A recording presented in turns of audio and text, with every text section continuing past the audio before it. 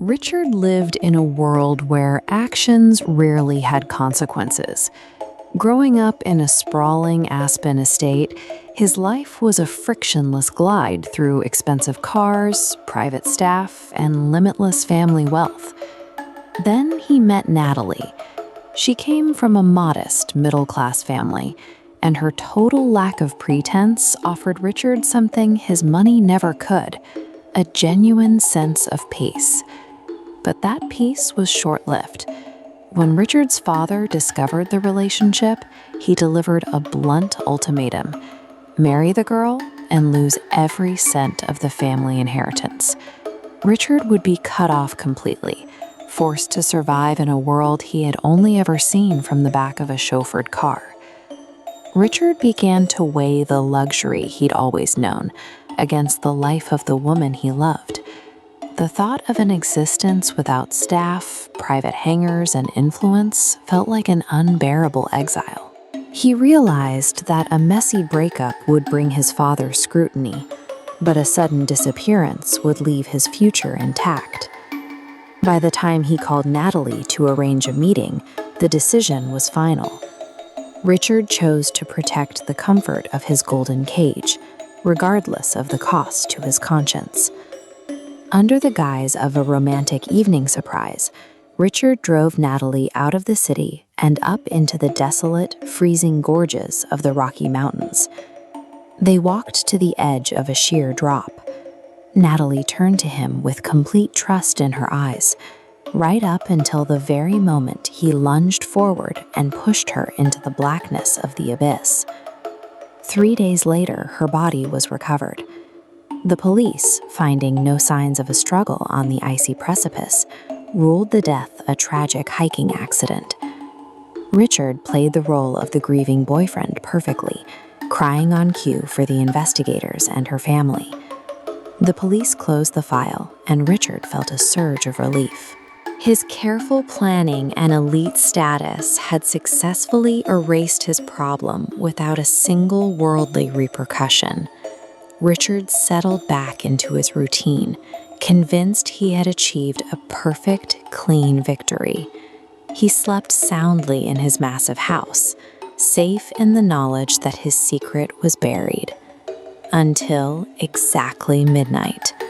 The temperature in his bedroom plummeted, turning the air into a freezing mist.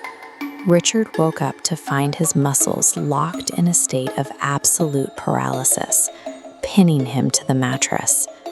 Natalie stood at the foot of his bed. Her clothes were shredded, her face was shattered from the impact of the fall, and her eyes were fixed directly on his. She glided toward him, her feet never touching the floor. She placed an ice-cold hand against his cheek and leaned in, whispering through broken lips that she knew exactly how he had pushed her.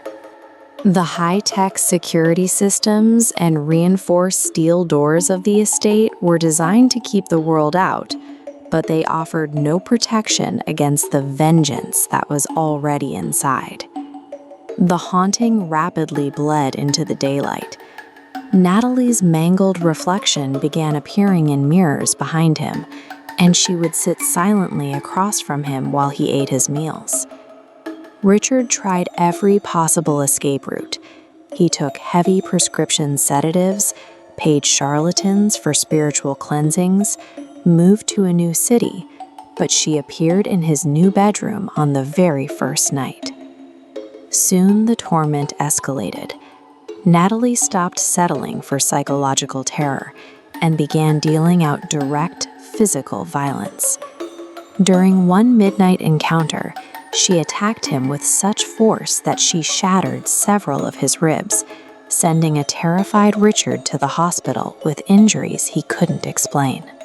The broken bones and dark bruises provided a physical record of the haunting, concrete evidence of a force that modern science had no way to treat.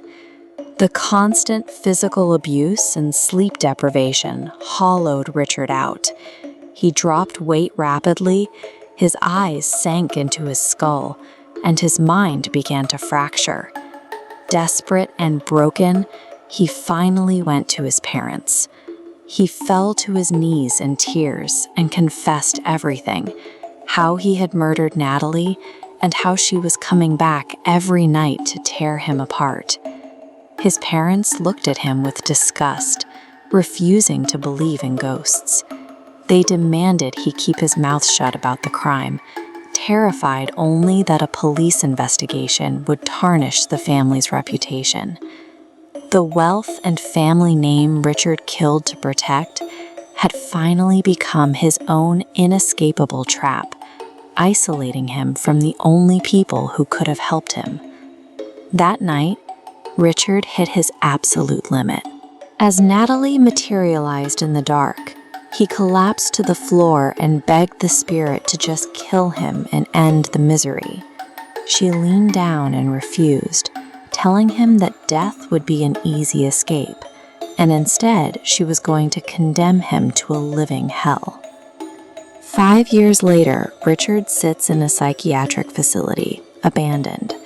He spends every hour rocking in the corner, enduring Natalie's relentless, silent presence. The family reputation remains intact, and the police file is long